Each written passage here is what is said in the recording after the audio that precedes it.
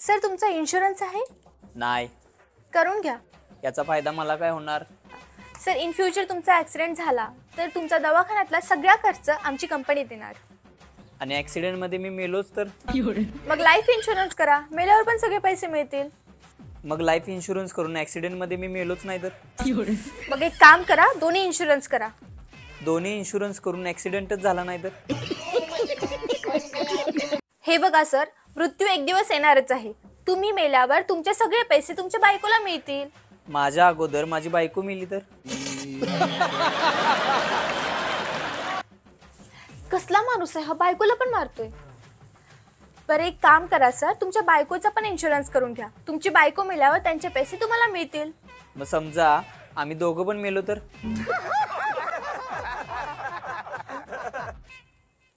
Sir थोडा विचार करा, तुम्ही मेल्यावर तुमच्या बायकोला कोण सांभाळणार? माझं मोठं पोरग. सर एक काम करा, मला तिकडून तुम्ही ब्लॉक करून टाका.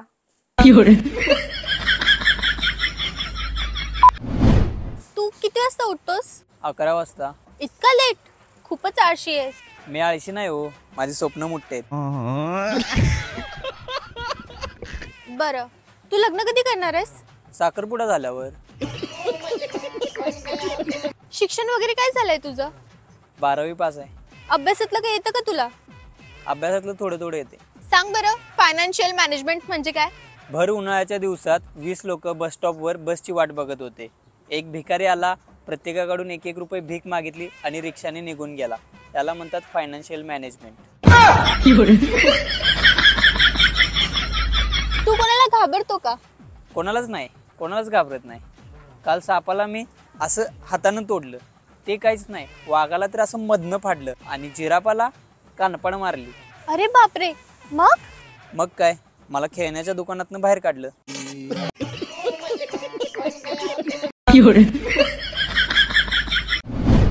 तुला कसा मुलगा आवडेल? मला कष्टाळू आणि अभ्यासू मुलं आवडतात. कष्टाळू आणि अभ्यासू? मी लई कष्ट घेतले. माझी परिस्थिती नव्हती. पावसाळ्याचे दिवस होते, पाऊस खूप पडायचा आणि त्याच्यामध्ये वीज पडायची ना, त्या विजेच्या उजेडामध्ये मी 4-5 धडे वाचायचो. नंतर पावसाळा संपला, आता काय करायचं? मग मी दगडावर दगड आपटून ज्या ठिणग्या निघतात ना, त्याच्या उजेडाखाली अभ्यास केलाय. पण मी अभ्यास आणि कष्ट घ्यायचं नाही सोडलं. नंतर अभ्यासाचा लोड इतका झाला की दगड आपटायला वेळ मिळत नव्हता. मग मी एक वही जाळली आणि त्याच्या उजेडामध्ये मी 5-6 धडे वाचून काढले. पण मी अभ्यास आणि कष्ट करायचं नाही सोडलं. नंतर वह्या संपल्या जाळून जाळून. आता काय करायचं?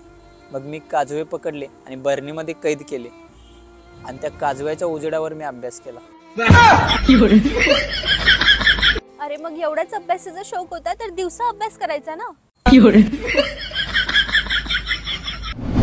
मग तू कॉलेजला का जात नाहीस? अगं एकाच शब्दाचा अर्थ प्रत्येक शिक्षक वेगवेगळा सांगतात.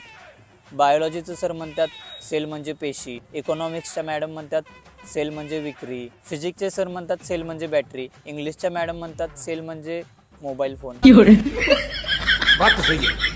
म्हणून मी कॉलेजच सोडलं. जिथं 4 शिक्षकांमध्ये एक मत नाही तिथं शिकून काय उपयोग? खरा अर्थ तर तवा कळाला जेव्हा मम्मी म्हणाली सेल म्हणजे साड्यांवरचं डिस्काउंट. बरं तुला 10वीला किती पर्सेंटेज पडले? त्यावरून समजेल की तू अभ्यासात किती हुशार होता. 35% काटावर बस. 35? मला 99 होते. मला एक विचारायचं होतं, जहाजाचा शोध मुलांनी लावला, कॉम्प्युटरचा शोध मुलांनी लावला, बल्बचा शोध मुलांनी लावला, चाकाचा शोध मुलांनी लावला. मग हे 99% घेऊन जातात कुठं मुली? तू कॉलेजमध्ये कोणाला सेट केलंय की नाही? लाईफ मध्ये मी फक्त अलार्म सेट केला.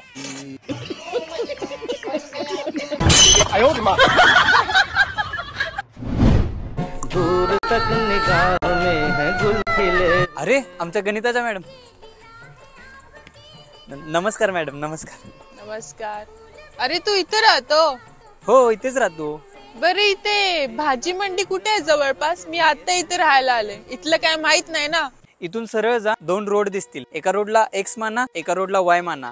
काय मानायचंय ती माना, पण हे रोड सोडू नका. पायथागोरसचा थेरम वापरून पहिल्या बाजूचा वर्ग अधिक दुसऱ्या बाजूचा वर्ग बरोबर करणं याची जी किंमत येते तेवढ्या डिग्रीनं आपल्याला टर्न मारायचं. Sine theta plus cos theta हे गुणसूत्र वापरून पावले टाकत जा आणि 200 मीटर मध्ये किती पावलं होतील ती मोजा आणि त्याला 3.5 ने गुणा करा आणि चालत राहा. समोर मच्छी मार्केट आहे, तिथे एक नाला आहे, त्या नाल्यावरून तुम्हाला उडी मारायची आहे. पळत येऊन 8.5 प्रति किलोमीटर वेगाने तुम्हाला उडी मारायची. -4.3 अधिक 2.5 कंसात 80 डिग्री अँगलने तुम्हाला बेंड व्हायचंय. समोर बाजारपेठ आहे, आज बाजार नसतोय, त्यामुळे तिथल्या भाजीपाल्यांना आपण एक्स मानू.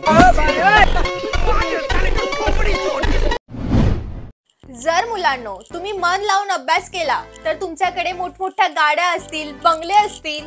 मग मॅडम तुम्ही मन लावून अभ्यास नाही केला? केला बेटा? मग तुम्ही का रिक्षात नाही येताय?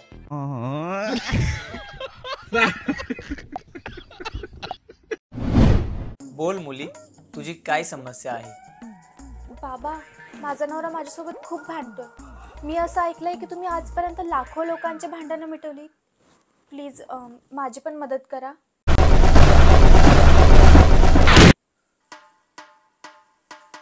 हा घे मनी. जेव्हा तुझा नवरा कामावरून घरी येतो तेव्हा हा मनी तू तुझ्या दाढेखाली दाबून धरायचा. दाताखालून मनी बाहेर आला नाही पाहिजे, नाहीतर भांडण होत. 7 दिवसानंतर. थँक्यू बाबा, या जादुई मणीचा खूप फायदा झाला. या 7 दिवसामध्ये आमचे एक पण भांडण नाही झाले. फायदा जादुई मनीचा नाही तर तोंड बंद ठेवण्याचा झालाय. एवढं